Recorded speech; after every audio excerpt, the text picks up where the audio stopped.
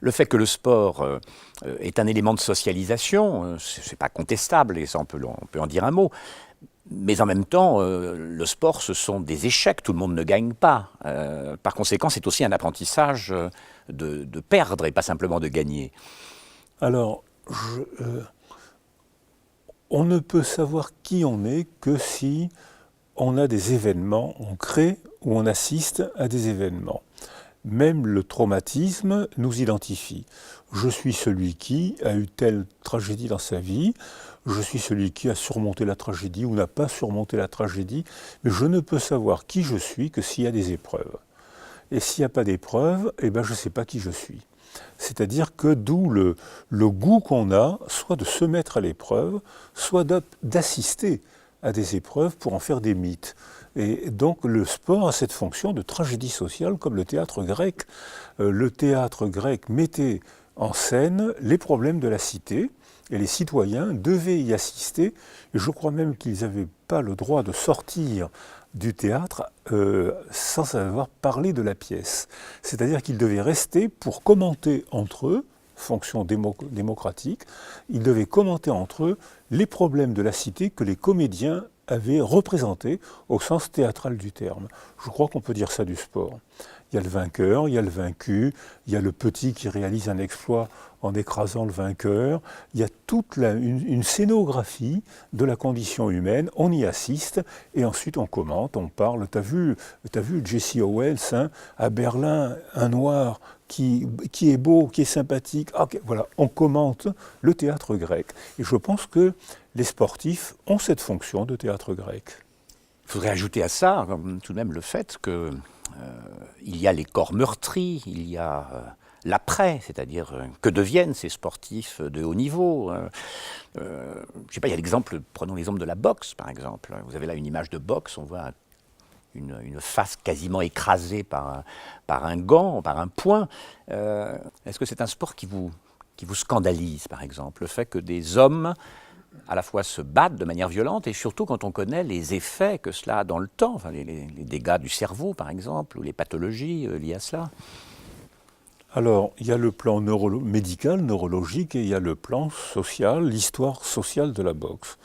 L'histoire sociale de la boxe, à l'origine, c'était pas des gens du peuple, à l'origine, c'était les aristocrates qui devaient montrer, parce que pendant très longtemps, et encore aujourd'hui, les êtres humains se hiérarchisent et on a beaucoup de mal à militer pour la démocratie parce que si on laisse faire la nature, un mot que j'emploie entre parenthèses, ou entre guillemets, si on se laisse aller à nos pulsions, on va très vite retrouver des processus archaïques de socialisation, la loi du plus fort.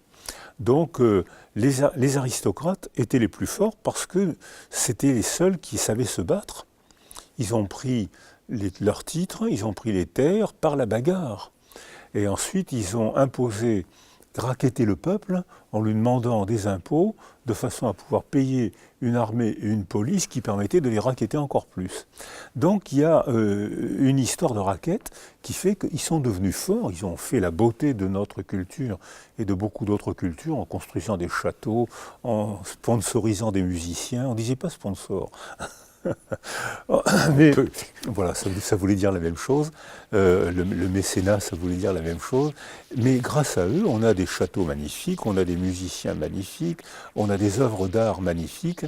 Donc les aristocrates ont embelli toute notre culture et beaucoup de cultures par la violence, en imposant leurs lois. Et je pense que si on se laisse aller à nos pulsions, c'est comme ça qu'on va établir des relations.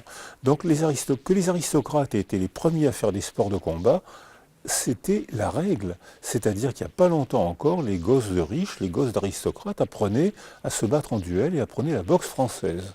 Et c'était un signe de bonne éducation, parce qu'il n'y a pas longtemps encore, il y a 1 ou 2 générations, on pensait qu'un homme ne traverserait pas la vie sans avoir à connaître 2 guerres et 4 ou 5 bagarres de rue. Donc un homme, un vrai, devait savoir se battre. Donc ça ne m'étonne pas du tout que les aristocrates aient été les premiers à faire de la boxe. Et puis très rapidement, ils ont trouvé certainement que c'était plus avantageux d'utiliser pauvres gars qui, eux, acceptaient de se matraquer pour gagner un peu de monnaie. Comme je l'ai vu quand j'étais à Paris au lycée, il y avait des baraques foraines avec qui voulez-vous lutter. Et alors, il y avait des gros, des petits, des maigres qui se mettaient, et puis on lançait le gant, quelqu'un levait la main, on lançait le gant, et la plupart du temps, il ramassait une fessée, mais de temps en temps, il gagnait et il repartait avec l'équivalent d'un billet de 20 euros ou 10 euros. Donc ça, c'est les rapports humains archaïques. Ça, c'est sur le plan social.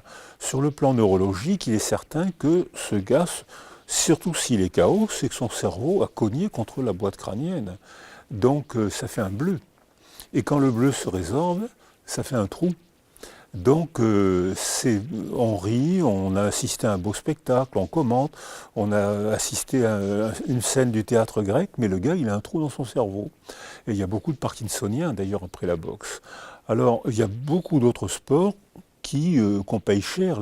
La sténose du canal cervical a été découverte grâce aux piliers du rugby. Mon maître et ami Aboulker, le lundi matin à la Pitié-Salpêtrière, on voyait arriver des piliers de rugby qui avaient une paraparésie, c'est-à-dire un début de paraplégie, qui disparaissait en 3-4 jours. Ils revenaient le lundi d'après, et Aboulker se disait, mais c'est quand même pas normal que ces gars soient paralysés que le lundi et pas les autres jours de la semaine. Et en fait, les coups d'entrée en mêlée faisaient gonfler la moelle épinière, et s'ils avaient un petit canal médulaire, ça faisait une compression. Et quand l'œdème se résorbait, la compression n'existait plus, les gars se remettaient à s'entraîner. Donc c'est comme ça qu'il a fait cette belle découverte qui est utile à beaucoup de gens, même non rugbyman. Mais il y a des rugbyman qui l'ont payé très cher. Mais on va prendre le même raisonnement pour les grandes écoles. Ah. Les gosses qui préparent les grandes écoles, ils travaillent 18 heures par jour. Ils stressent, ils sont fiers, ils sont heureux, ils font des performances, comme les sportifs. Eux, c'est des performances intellectuelles. Il n'y a pas de doute, la performance, ils l'ont faite. Beaucoup le payent très cher sur le plan humain parce qu'ils se sont coupés des autres, ils ont habité un monde de représentation et le jour où ils arrivent à un poste de responsabilité qu'ils n'ont pas volé, ils ne savent pas dire bonjour. Ils ne savent pas établir des relations humaines. Ils n'ont pas appris les fêtes au village. Ils n'ont pas appris les rituels d'interaction quotidienne. Ils n'ont pas appris la bêtise de faire un combat de boxe. Parce qu'il faut le faire quand même. Il ne faut pas non plus se matraquer trop fort. Mais il faut le faire. Donc je pense qu'on demande à nos jeunes intellectuels de faire une performance coûteuse. Beaucoup dépriment, même après une réussite, après un concours, il y a un nombre très élevé de dépression après la réussite. Exactement comme pour les sportifs de haut niveau, il y a une plongée en dépression après les médailles, après la réussite. On n'est pas impuni devant une intensité émotionnelle comme ça. Parfois, on paye cher ses succès.